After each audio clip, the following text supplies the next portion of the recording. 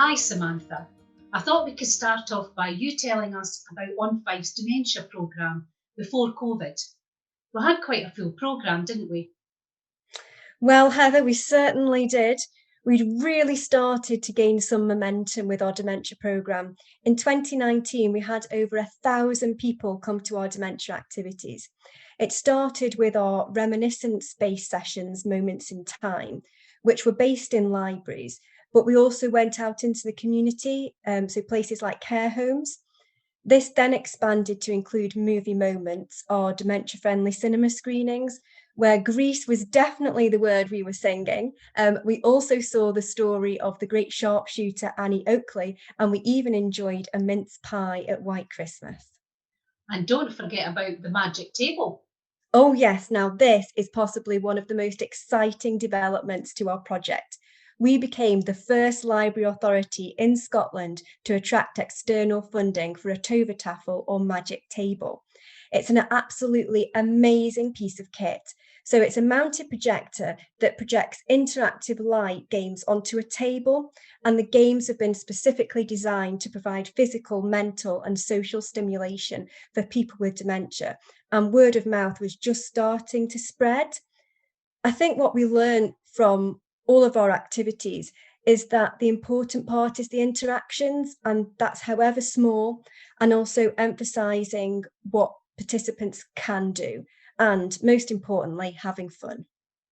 And talking of fun, we thought you'd show you a clip from our Groove On, our dementia-friendly disco, where we dug out our dancing shoes and danced the afternoon away.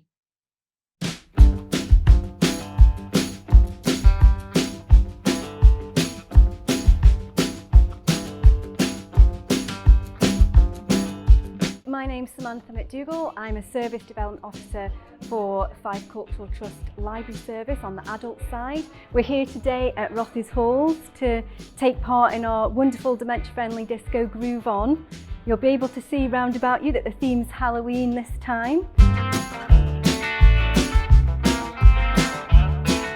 Groove On started in 2018 with our Moments in Time sessions. These are reminiscent sessions, but there are a lot more than that. It's not only about reminiscing, but also about enjoying the current moment in time that you're in.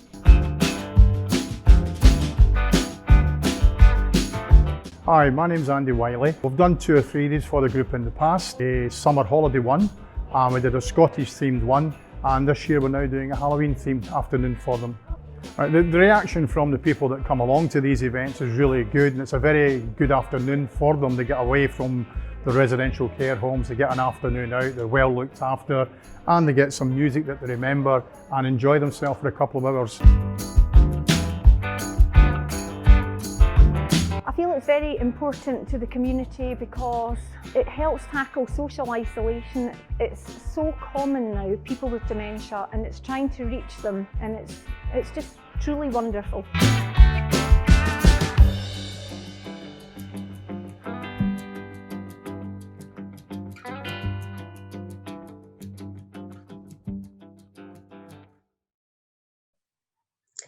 So as you can see, all the dementia-friendly activities that we were involved in consisted of groups and were face-to-face. So COVID and lockdown really changed what we could offer.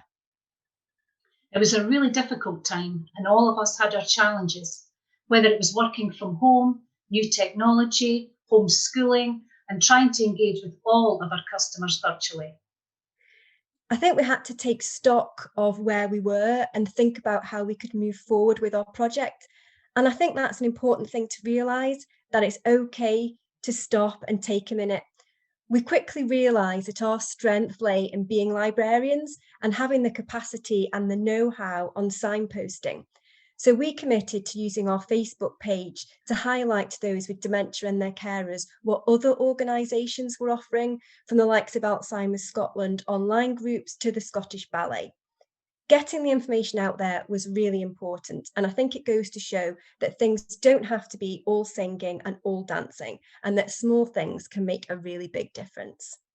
Once we started posting regular informational type posts and our confidence grew, we looked at creating our own content.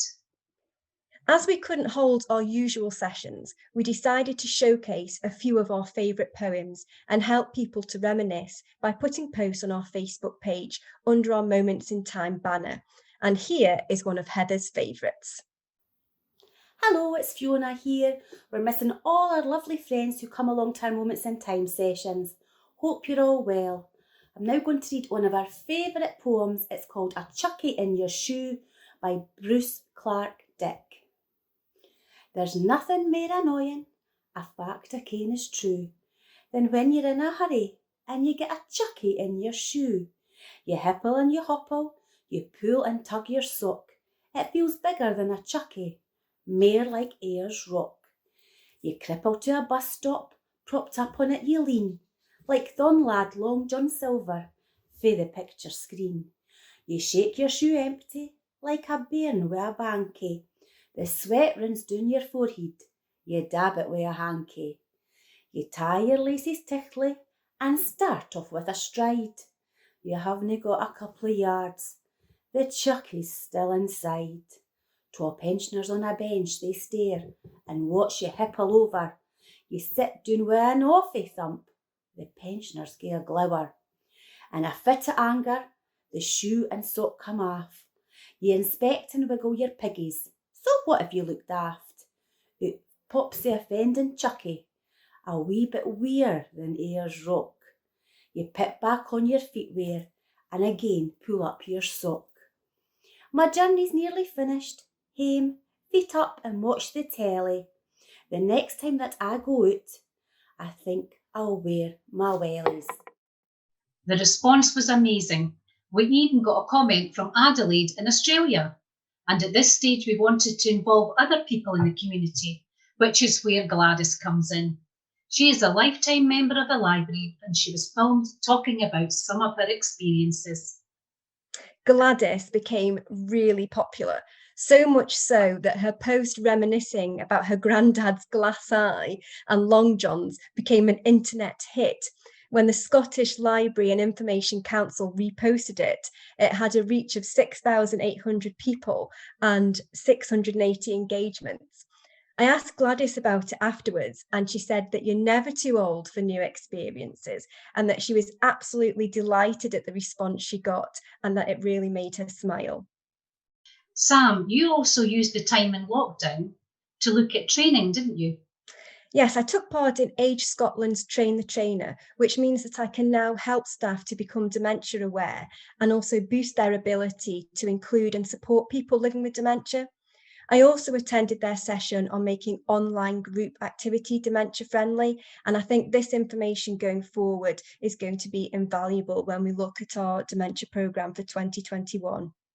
So that is a very brief overview of our OnFife Dementia programme. And we've adapted and changed the course during the pandemic. But what are our plans for the future? So last year I applied for the Life Changes Trust Creating Better Lives in Fife grant for a new project called Cultural Connections. And I'm delighted to say that we were successful. So we're currently in the planning stages of creating a variety of cultural activities which would suit a range of interests, including an alternative online offer using what we've learned over the past year, so that whatever personal circumstances you're in or the current world situation, those living with mild to moderate dementia in Fife and beyond have access to cultural experiences. Part of the grant is also going to be used to improve accessibility to Kirkcaldy galleries, so ensuring that our signage is dementia friendly, which will help all visitors to navigate their way around the building and have a relaxed and enjoyable visit. We want to set up a user group to obtain feedback to help develop and inform the project programme. So if you want to be involved or you want to find out more, please do get in touch with us. But as you can imagine, we are really excited about developing and starting our new programme. Well, Sam, it has been great talking to you, and I cannot wait to get started.